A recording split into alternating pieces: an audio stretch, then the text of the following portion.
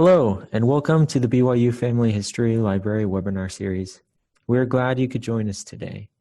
I'm Bryant, and I'll be your host for this webinar. Please make sure your microphones and web cameras are disabled during the presentation to provide a smooth webinar. During the webinar, if you have technical difficulties, please use the chat box, and I can address your concerns. You are welcome to use the chat box during the webinar for comments and insights. However, all questions will be addressed at the end of the presentation. Our upcoming webinars are February 7th, Friday at 4 p.m. Support your genealogical conclusions with reason statements with James Tanner, as well as on February 14th, Friday at 4 p.m. Double Trouble to Merge or Not to Merge with Catherine Grant, as well as February 21st, Friday at 4 p.m. Making the Most Out of German Immigrants in American Church Records with Dr. Roger Meinert. If you would like to access a previous webinar, please visit our webinar index on our website or search on our YouTube channel. All of our webinars are recorded and uploaded the following Monday for your convenience. We also post links to recordings and other updates on our Facebook and Twitter accounts. For today's webinar, we are pleased to hear from Joe Everett, who will be giving a presentation on researching immigrants to the United States. Joe is the Family History, Local History, and Microforms Librarian at the Brigham Young University Harold B. Lee Library. He is also the producer of the BYU Family History Library webinar series. He has over 25 years combined experience in the genealogical field at BYU, the Family History Library in Salt Lake City, and Ancestry.com. He is an accredited genealogist for Germany and Russia. We're glad to have Joe today, and if Joe is ready, then we'll turn the time over to him. All right. Hello, everyone, and I'm happy for this opportunity to take a turn and present to you. My apologies that our original scheduled presenter, Suzanne Hoffman, was not able to present today on Naturalization Records as she is not well, and ask for you to keep her in your prayers that she'll be feeling better. And I have chosen a similar topic, which will include some discussion of naturalization records. We do hope to reschedule Suzanne in the future so you can learn more in depth about those records. So today we're going to talk about researching immigrants to the United States more in general, and we'll talk about methods as well as various record types that are available for this kind of research. As America is a nation of immigrants, other than the Native Americans, all of us have ancestors who came from other shores and at different time periods throughout the centuries, both before the United States became an independent nation and since. So when we think about immigration to the United States, we probably most often think about Ellis Island and an image of immigrants coming on ships and seeing the Statue of Liberty in the New York Harbor, and then going through the processing at the immigration station there on Ellis Island. However, the reality is that Ellis Island was really only a place of immigration for a relatively brief time in the history of the United States, albeit at a time period of really peak migration to the U.S. There were other places where immigrants sailed to before Ellis Island, including Castle Garden, which is another processing station in New York. And before Castle Garden, there were other ports that they came into in New York, and then there were many other ports besides the Port of New York. If you look at this map, you can see depicted here that there are 314 points of entry to the United States, and you can see many of them also internal in in fact, every state of the U.S. has a port of entry. Of course, this is something that has been more of a modern phenomenon with the advent of airplane travel, as people are coming into the U.S. Through international airports. But before that, there were border crossings, people coming by foot or by rail or later by automobile from Canada and Mexico, and many other seaports along the Atlantic coast, including Philadelphia, Baltimore, Boston, on the Gulf Coast to Galveston, Texas, and on the Pacific Coast to San Francisco in particular, for example. This timeline shows kind of the major periods of immigration to the United States, beginning with the Puritans and with Jamestown and the Quakers coming to Pennsylvania, and slaves coming not by choice, but nevertheless were a type of immigrant experience that came during the 1700s, 1800s. Scots-Irish was an early movement especially to the southern U.S., southern colonies during the 1700s. In the 1800s, we start to see an influx of Irish immigrants, and then we really see immigration start to climb very significantly as many European immigrants came, especially Germans, as well as Eastern Europeans, Italians, people from the Nordic countries, etc. That really hit its peak around the turn of the century, around 1900, and then went into decline, especially with World War I and World War II. We see a real drop in immigration. Interestingly, in the last 50 years, immigration has climbed again, and just in the last 10 years, it's actually reached its highest peak. And we're talking legal immigration here, not even considering illegals that come, but just legal immigration as of 2006 began to eclipse its highest point in the late 1800s.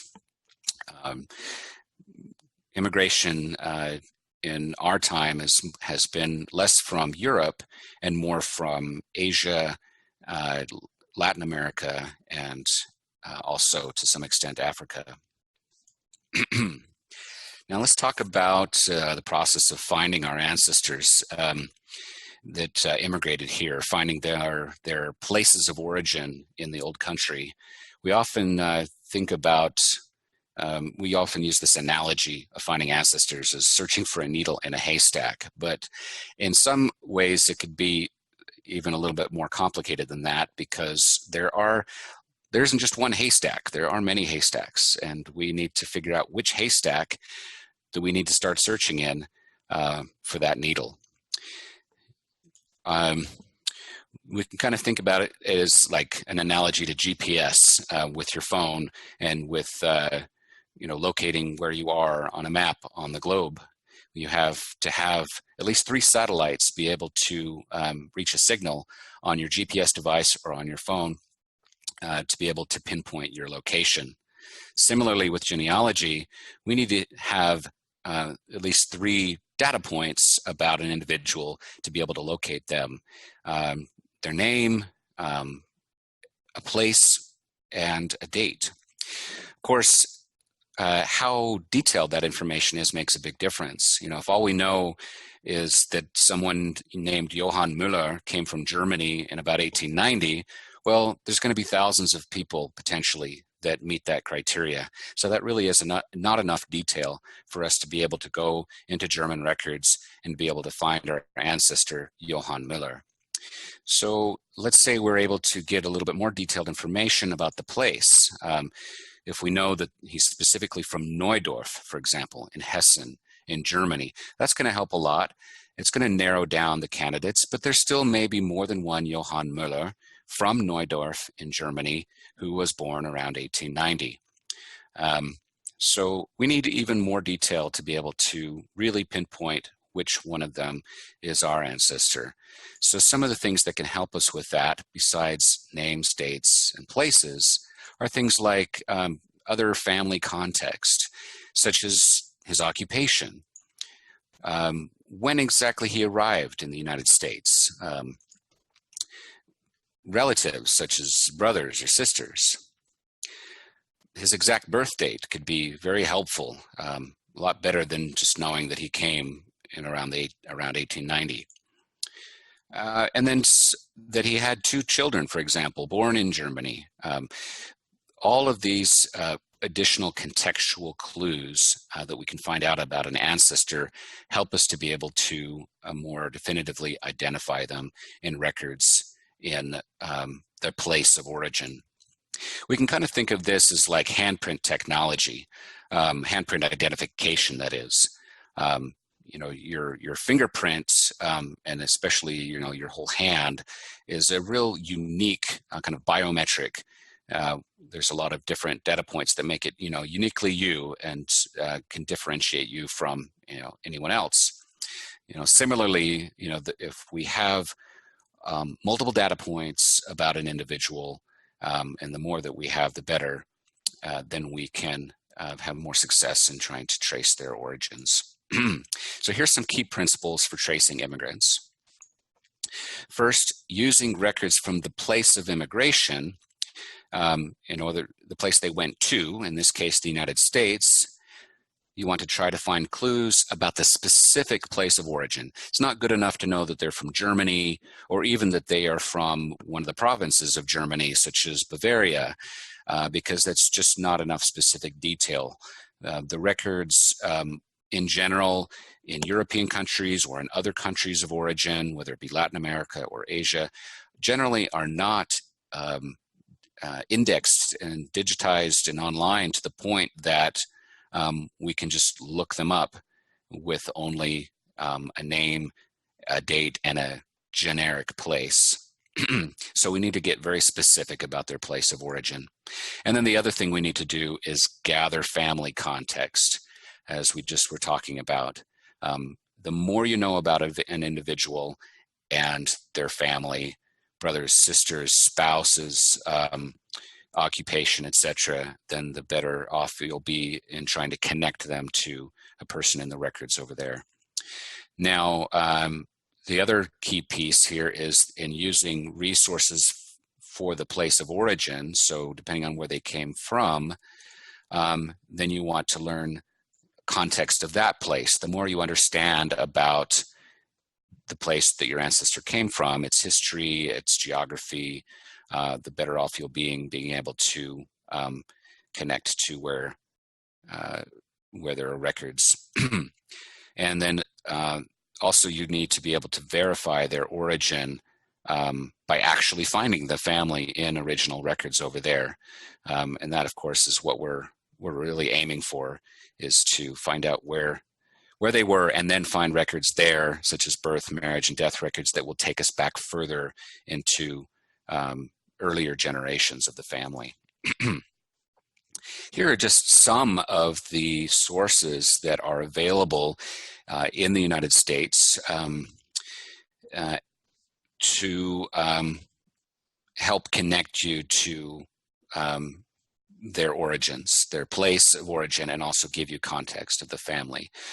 Things like family records and just memories of living people who maybe knew these immigrants are very important. And then there's a lot of other record types, which we're going to go into here in a moment. So I'm not going to read off this list to you, but you can just kind of skim through this list and see various types of records. Again, this is not an exhaustive list that you may want to consult. And it's really advisable to find every possible record that you can about someone in the United States before you try to cross the pond, so to speak, to researching them overseas. Don't just stop at finding that one document that seems to tell you, that the place that they came from, because chances are that maybe you need more information. And we'll talk about some examples of what that might be in here in a bit. All right, so what are some of the specific record types, some examples? And again, we're not going to look at all the examples, but we're going to look at some of the major ones. Censuses are very important. U.S. censuses were kept from 1790 onwards every 10 years, and they continue to be. In fact, this year, 2020, is a census year. Be kind to your census taker. They will be coming around your home to ask you questions. Think of your posterity, your descendants who may be looking at these records in the future, and we'll hope that good and accurate information and complete information was given in the census. Now, the censuses are not kept for the purposes of genealogy, even though we happen to find them to be very useful for genealogy. They were kept for various other reasons, economic, demographic, taxation, determining political boundaries and allocation of how many congressmen and senators that a state should have, and those kinds of things. And it's really wonderful that they didn't just keep stats and numbers, but they kept names, and that these have been preserved. And these censuses are rich with information. Now you might be thinking, okay, well, the census doesn't give specific information about a place of origin. And you're right about that. As you can see in this example, it may just tell you the state that they were born in, or the country that they came from, or maybe a region. In this case, it says Prussia as the place of birth for Fred Hansing. And that's really not specific enough. But nonetheless, there's a lot of important clues here that we can learn. One, that he was a cabinet maker. Two, that the oldest child listed here, Mary, was also born in Prussia.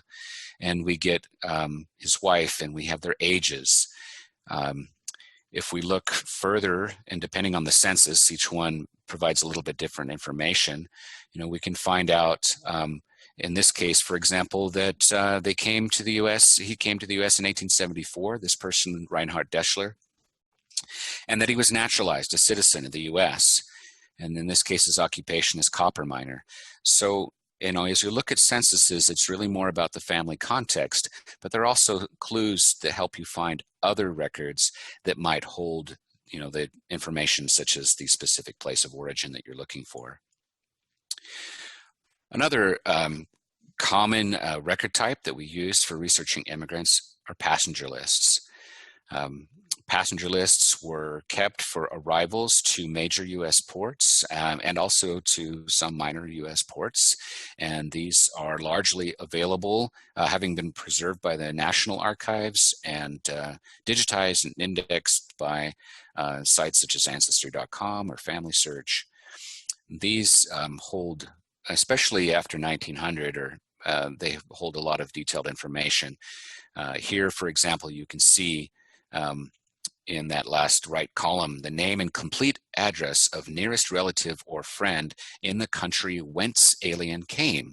So you can see the names of mothers, fathers, siblings, spouses who are still in the old country, and the place where they are currently residing, which is obviously a huge key to being able to trace the immigrant back.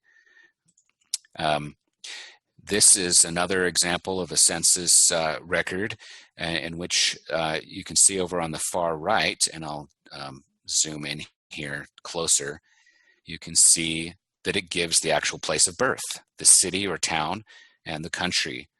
Now, immigration records have not been so detailed throughout history. It's really in the early 1900s when we begin to see this kind of detail. Other immigration records earlier may only give you the fact that they were from Germany, as in this example. And so a passenger list, while helpful in some respects in terms of confirming the country they came from and when they came and who they traveled with, may not be enough, and you may need to turn to other records. Naturalization records. Many immigrants to the United States ended up becoming citizens, and the process of becoming a citizen of the United States, or a citizen of any country for that matter, is called naturalization. Because they are not natural born citizens, they need to be naturalized in order to be considered citizens of the U.S. And in general, the U.S. law is that you would need to come in and after a short period of time in the United States, declare your intention. Do you intend to to immigrate and become a citizen. And then later, after you've been in the country for at least 5 years, you become eligible to become a citizen, and you first need to file a petition. It's like an application, a petition for citizenship. These declarations of intent and petitions for citizenship are two types of documents that immigrants will have, and then a third document will be the actual naturalization certificate showing that they actually achieved their goal of becoming a citizen in the U.S. And interestingly, it's that last document that has the least bit of detail. Doesn't really tell much about their origins. It basically has their name and what sovereign that they are renouncing their citizenship to as they are becoming a citizen, and then the date that they became a citizen. So it's really these petitions and declarations that you want to look at for more detail. Here's an example of a petition for citizenship where we have Emma Reel, who is in Walla Walla, Washington, and it says here that she was born in Waldheim, Russia. Sounds like the name of maybe a German colony in Russia, potentially. It also gives her husband's name and gives his place of birth as Husenbach, Russia, also a German-sounding name, as there are many German colonies in Russia. So something like this would be a huge benefit to your research. Here's an example of a declaration of intent where we have Joseph Koturba, a tailor, and if we zoom in, we can see that his birthplace is given as Kupe, Bohemia, Austria, which is actually today in the Czech Republic.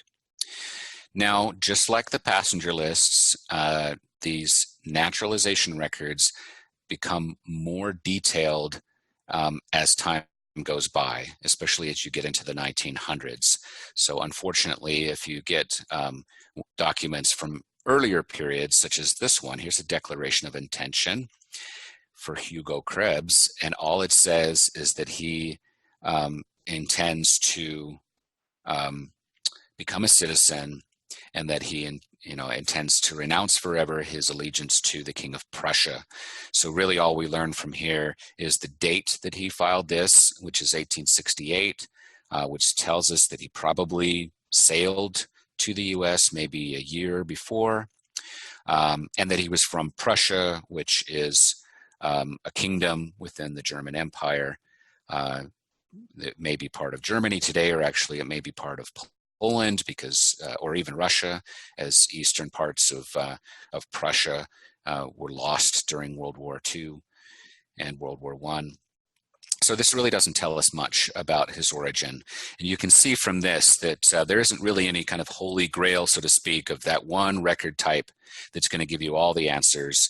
You need to try to find multiple records and analyze them and compare the information between them as you piece together the puzzle of your ancestors' origins.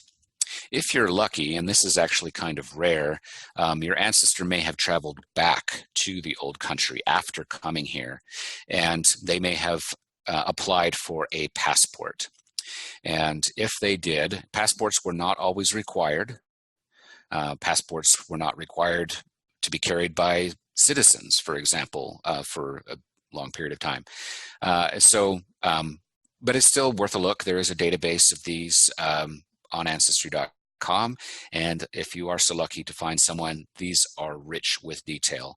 Not only do they give the place where the person was born, in this case, I can't quite read it, but it looks like Zarzin, Poland, and when they sailed to the US, and the name of the ship that they sailed on, and which port they sailed from and to, and how long they've been in the United States.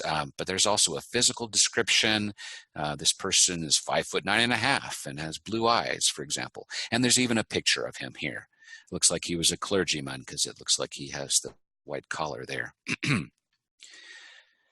Another type of record that can be useful in tracing immigrant origins is draft registration cards. During World War I and World War II, the draft was instituted, and all male young men had to register for the draft, And even as the war progressed in World War II, older men had to at least register, even though they weren't ultimately drafted. So even though if they never served in the military, you might think, oh, this doesn't apply to me because my ancestor didn't serve in the military. Well, they still had to register for the draft if they were at least 18 years of age and living, in the United States. And they didn't even have to be a citizen of the U.S. to be to have to register for the draft. And these draft registration cards for immigrants can give information about their place of origin. For example, the one here on the right for Kazimir Adamovich shows that he was born in Białystok in Grodno. At that time, it was part of Grodno. Today is part of Poland, and then it was part of Russia. Other types of records that can be helpful include marriages, marriage licenses, and also there are civil records of marriage, there are church records of marriage, and there's the actual marriage itself, the recording of the marriage itself, and there's also the license giving them permission to marry. And all these kinds of marriage documents can potentially be of use. In this case, we have Reinhard Deschler, and it's giving the information that he was born at Boden in the county of Walkerth, it says here. Now, this is kind of hinting at something I'm going to talk about a little bit later, and that is that there can be inaccuracies in the way that people's names and also names of places can be recorded in the records. This can come about because maybe the recorder, not speaking the language, may just write it down the way it sounds. It could be that the memory of the person who's giving the information is faulty, or it may not be first-person knowledge. In this case, Reinhard Deschler, maybe he came to the United States when he was young and didn't quite remember, or maybe he said it right and the person just wrote it wrong. I will just tell you that after some difficult research, I learned that he was not in the county of Walkerth, in a town called Boden, but rather he was in a town called, not Walkerth, but Waldkirch, and it was in the province of Baden in Germany. Took looking at quite a few other records to be able to unearth that, but at least we had this clue that kind of started us on the path to finding out where he came from. But other record types, marriage licenses are not necessarily the Holy Grail. This one, sadly, only gives a birthplace of Germany, and nothing more. However, we can look for those family context clues here.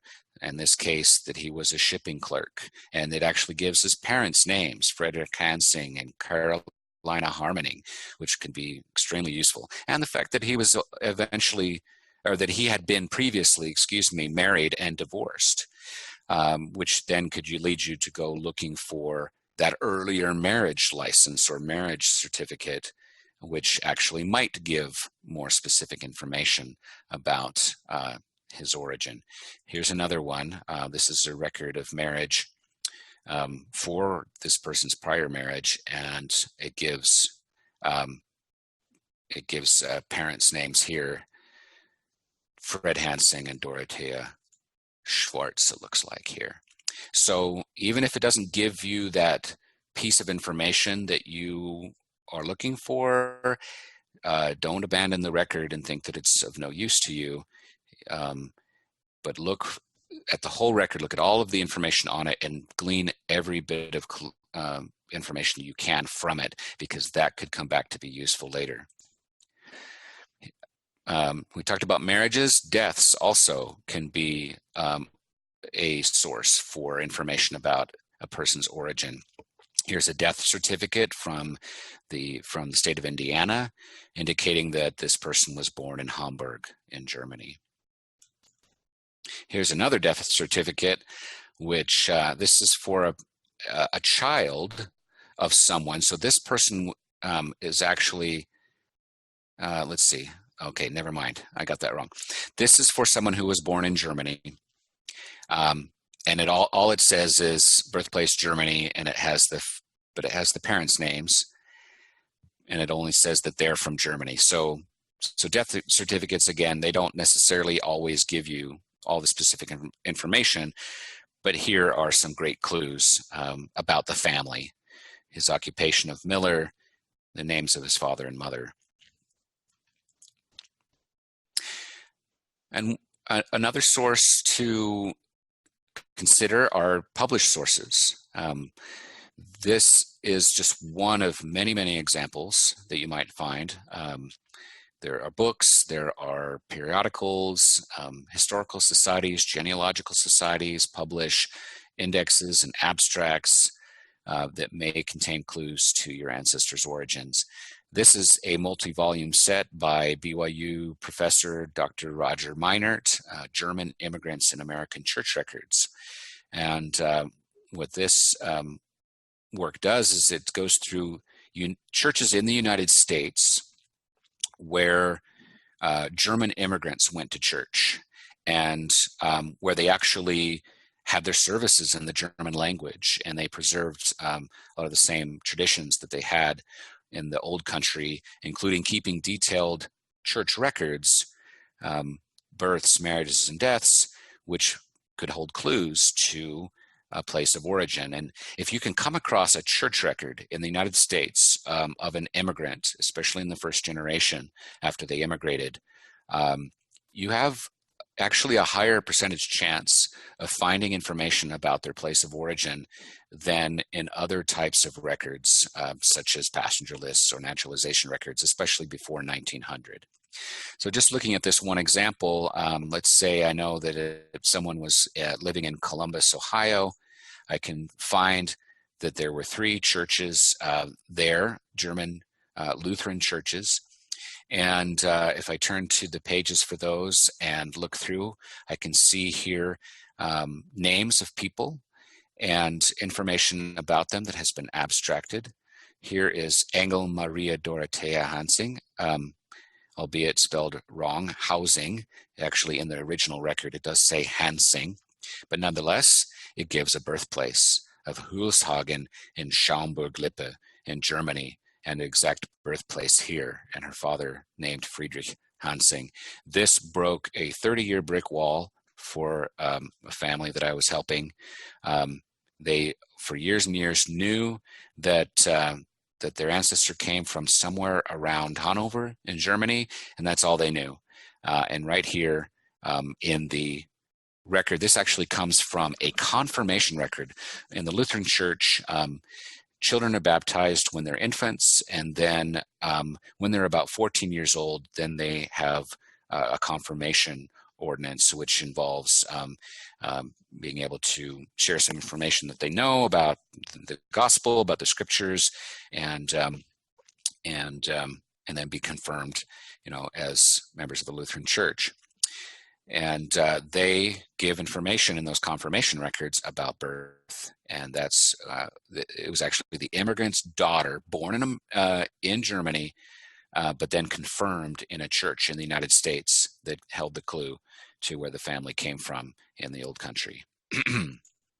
And here actually is an image of this church record, not a church record from Germany, but a church record from Columbus, Ohio, that's kept in German from 1879, giving her birthplace.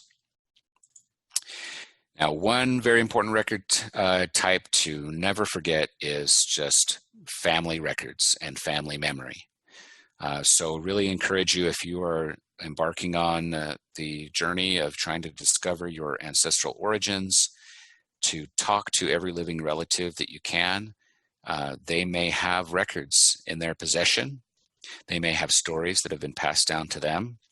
And even if those stories have gaps or some inaccuracies, they can nevertheless lead you, give you clues that can lead you to more authoritative sources that could eventually lead you to your goal of finding your ancestors.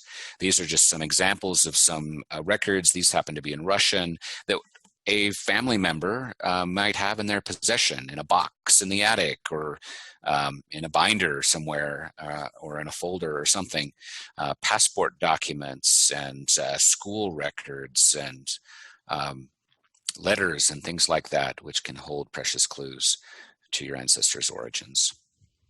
Now, I just want to talk for a bit about some of the problems that you're likely to encounter in the process of researching immigrants. One of the biggest ones is spellings of names. Here is my dad's great uncle, Pete Bonovich, born in 1907, died in 1959. And he actually was born in the United States. And it was his father that was born in, as it turns out, Croatia. But look and see how many different ways that his name is spelled in records. These are snippets from census records and from marriage and death certificates and the like. And we have half a dozen or more different spellings of the surname. Don't assume that if you find a record and the name is spelled somewhat differently that it's not your ancestor. It still could potentially be your ancestor. And as you're searching, keep these spelling variants in mind and try using wildcards, try using variant spellings that you know of. And as you go, collect every different variant spelling that you can find, so that each new record set that you consult, you can be sure that you've tried all those different spelling variants in them, in case they're not immediately found. And this is just the way the name is spelled in the records themselves, not to mention the fact that indexers may make mistakes in transcribing these. And so there may be even more variants to how an ancestor's name may be found because of that. Here's just an example too of how names can don't necessarily match up. So here we have the 1920 United States Census for Walter Slengerup. This is actually my wife's great-grandfather, Walter Slengerup. Now, if I go over to Denmark, which is where he was from, and I try to look for Walter Slengerup spelled just like that, I'm not going to find him, because he wasn't called Walter in Denmark. If you look at the record below, it's his actual birth record. And you can see, first of all, he's got a couple of more names in there. Sophus was actually his first name. And Valdemar is how his other name is spelled, which became Walter. And then his last name includes two parts. There's Mor and then Slengerup, M-O-R and then Slengerup. I was able to recognize, or that the family, as we researched this, were able to recognize that this is indeed the same person, because we had other contextual clues that led us to be able to conclude that this indeed was him, even though there was such a difference in how the name is represented in the two records. There's tools available to help you to resolve names. One I particularly recommend is a website called Behind the Name. You can look up pretty much any name, given names. This is for given names, first names. And you can put in, for example, John, and then you can see how the name John is translated into dozens of other languages. Ivan for Russian, for example, or Johann for German. And you can do the same with other names. You can also put in the foreign spelling of the name, and then like if you encounter the name Valdemar and you're not sure if that might be Walter, you could put that in and see if it shows an English variant of Walter. Sometimes there are other resources that can help you to be able to get more context about a family, to help you resolve these kinds of discrepancies that you find in the records. Here's an example of a place name and how it can be tortured. I have Icelandic ancestors. They came from a little island that is south of the main island of Iceland called Vestmannaeyjar, or the Westman Islands. And you can see here, there's at least a dozen different ways that place name is spelled in documents, on websites, in family papers, etc. Maps, gazetteers can be very helpful in being able to resolve these things. Another problem with places is you might find a place of origin. Maybe it says Gloucester, England. Well, is that Gloucester the city? Or is that Gloucester or Gloucestershire, the county? Maybe they were not actually from Gloucester. Maybe they were from Upper Slaughter, which was 30 minutes drive away from Gloucester today, probably a lot more when our ancestors were living there. So be aware that when you find a name of a place, even if it's spelled right, it may not be quite as precise as it needs to be. So again, the more clues you can find to kind of corroborate the information, the better. Another example of a problem that we encounter is multiple places with the same name. Here's all the places in Ireland called Newtown. And there's like 30 of them. So if you find that your ancestor came from Newtown, Ireland, you might be excited. That certainly narrows it down, but you still got 30 different places to look. So you're going to want to look for some other things. You know, was it in Galway or Cork, or was it near Dublin or something like that? Other clues like that can help you to narrow down which of many places by the same name that it was. Keep in mind too that places in Europe in particular didn't always remain the same.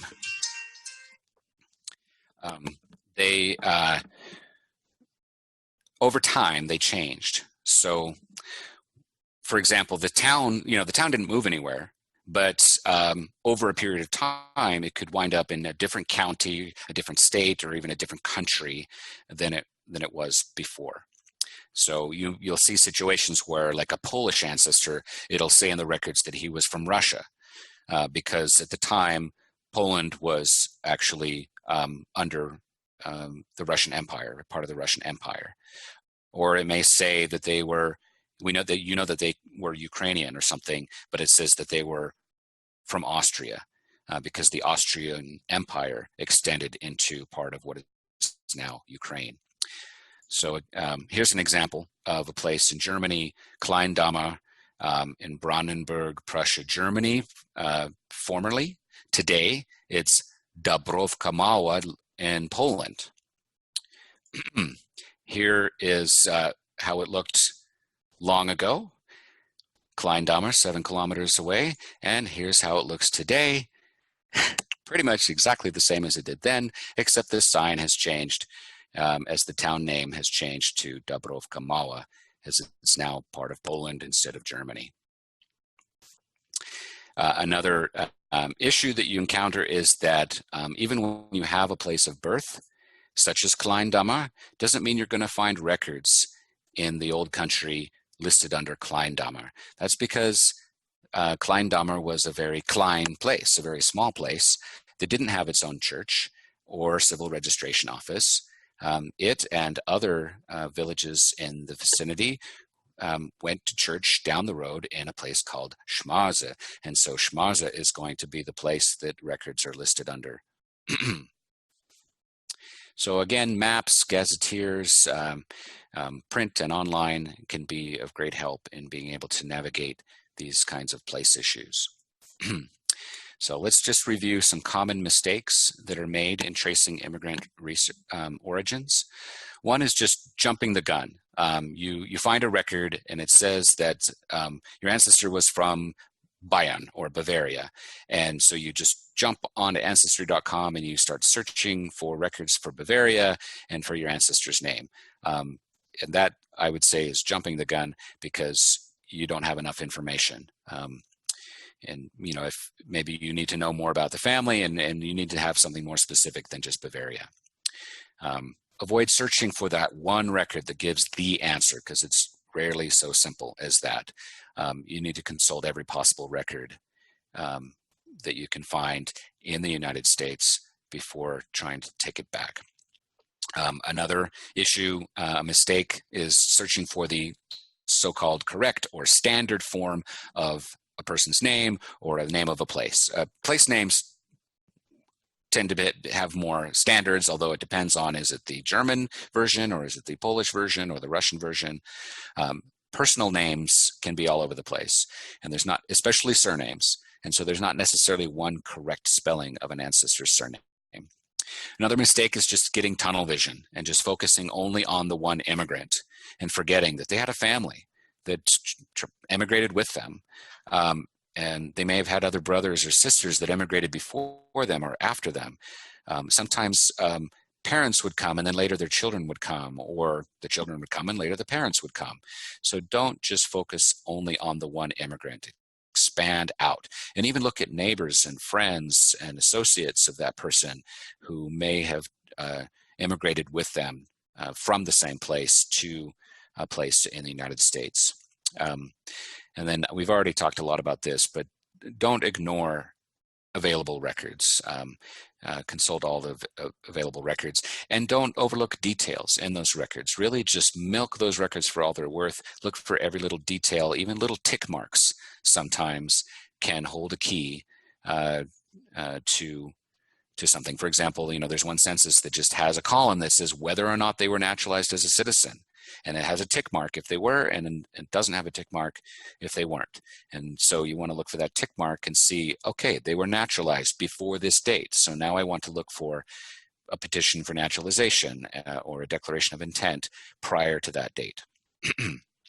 So finally, in review, key principles for tracing immigrants to the United States. One, using U.S. records, find clues to the specific place of origin, that specific town or village that they came from, and gather as much family context as you can from those United States records. And then when you're ready, after you've done that and you're ready to go looking for records from the place of origin, study as much as you can about that place. If they came from Bavaria, learn about Bavaria and its history, and then when you find that specific town or county that they came from, learn about that as well. And then ultimately look for, verify that you found the right person by actually locating them in records in the old country and comparing that to the information you have gleaned, the context about that family that you've gleaned from the U.S. records, to see if they indeed match up and are the same person. It's really tempting sometimes to find a record in, say, you find Jens Petersen in Denmark, and you think, great, I found him, and you're going to take off and trace their ancestry back several generations in the records. But if you haven't first verified that you have the right Jens Petersen, then you could be researching somebody else's tree that's not related to you, and spending a lot of time and effort barking up the wrong tree, so to speak. So I hope this has been a helpful overview for you of U.S. immigration research and sources that are available for tracing your ancestors. Thank you. Thank you, Joe. We'll now open it up for any questions that you might have for Joe. So if you have any questions, please post them in the chat box and we can have him answer them for us.